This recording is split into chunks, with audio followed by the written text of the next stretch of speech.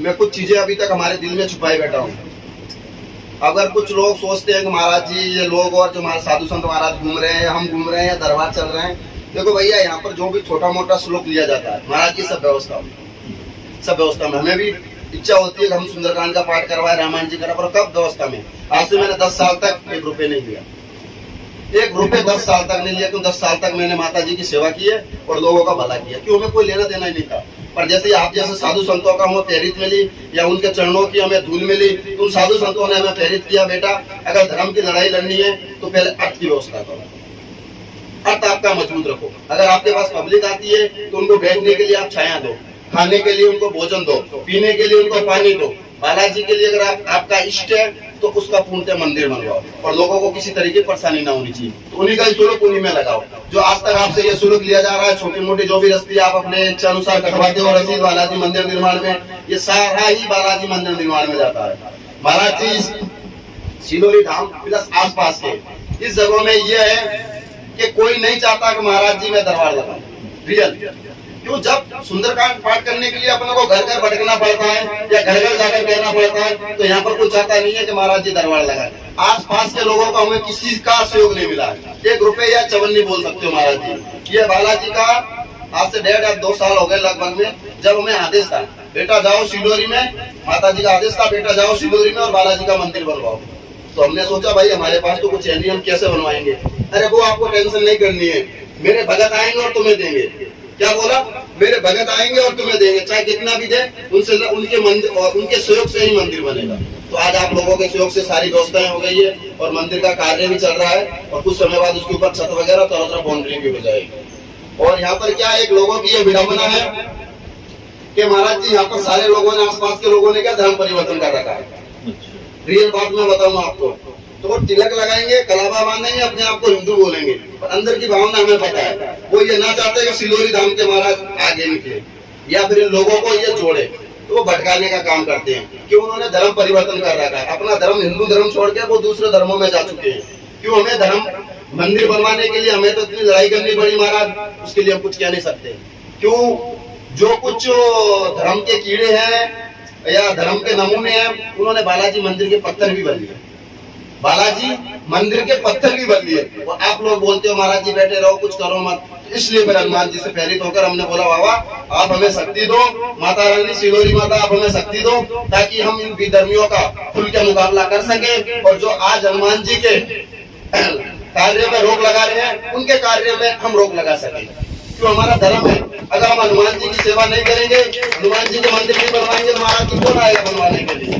तो ये सभी आप लोग परिवार के सहयोग से ही हमारा धाम का निर्माण का कार्य चल रहा है। और जो आज कितना भी आज रात में अपन ने भंडारा करवाया है, जो भी पाठ करवाया, इसमें हमारा कुछ नहीं है। मेरी तो एक फूटी बोली गई है महाराज जी, ये सब भक्तों का है। और आज इसका जो भी फल मिलता है हमें सारा हमारे भक्तों को मिले। हमें कुछ नहीं चाहिए, हमें मात्र राम नाम की भक्ति चाहिए जो हमें मिल रही है। हम राम नाम का जाप कर रहे हैं और मजे में जी रहे हैं। बस जो भी हम जाप करवाते हैं या जो आप लोगों ने सुंदरकांड का पाठ किया, जो भी कुछ किया, सब हमारे भक्तों को मिले।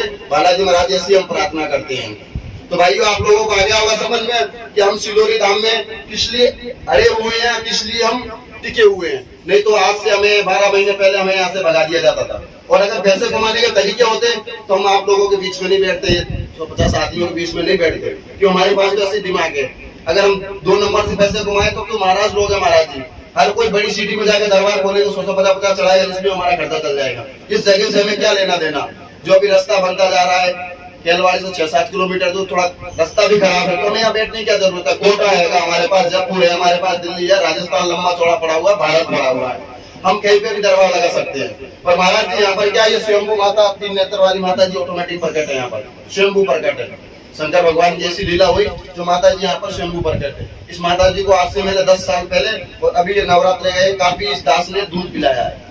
सर्प की योनि में आती है, चबूतरे पे बैठते हैं सर्प और उनको दूध पिलाया। इसलिए हमारी इच्छा इस गांव से जुड़ी हुई है। अगर धन कमाने के तरीके होते तो धन तो महाराज जी हम रसीदें फिर ये 100-500 रुपए की नहीं काटते, हजारों रुपए की रसीदें काट के हम भी हजारों करोड़ों रुपए धन कमा लेते। हमारे लिए कोई बड़ी बात नहीं है और बड़ी सिटी में जाकर कमाते आप लोगों से ज्यादा हमें धन मिलता। पर हम ये चाहते हैं कि ये सारी जो भी जंग है, जो भी हमें परेशानी आ रही है, ये सारी सिलोरी धाम से हमें खड़ी करनी है, और जो भी धर्म परिवर्तन कर रहे हैं उन लोगों के लिए आप लोगों को हमें सहयोग देना है। देखो आप लड़ाई में नहीं दे सकते हो, मत दो, तन धन मन किसी भी तरीके का दे सकते हो। आज ये साधु संत महाराज जी जो भ्रमण कर रहे हैं, आप इनको ये नहीं कि आप इनको पैसा देकर भी नहीं, आप इनको तन धन मन, और ये भी हम मांगते हैं हमें तन धन मन किसी भी तरीके का, अगर आपके पास धन है तो धन से कीजिए, तन है तो तन से कीजिए, मन हो तो मन से कीजिए, ताकि हम इस लड़ाई को आगे ले जा सके और इस लड़ाई में हम कामयाब हो सके।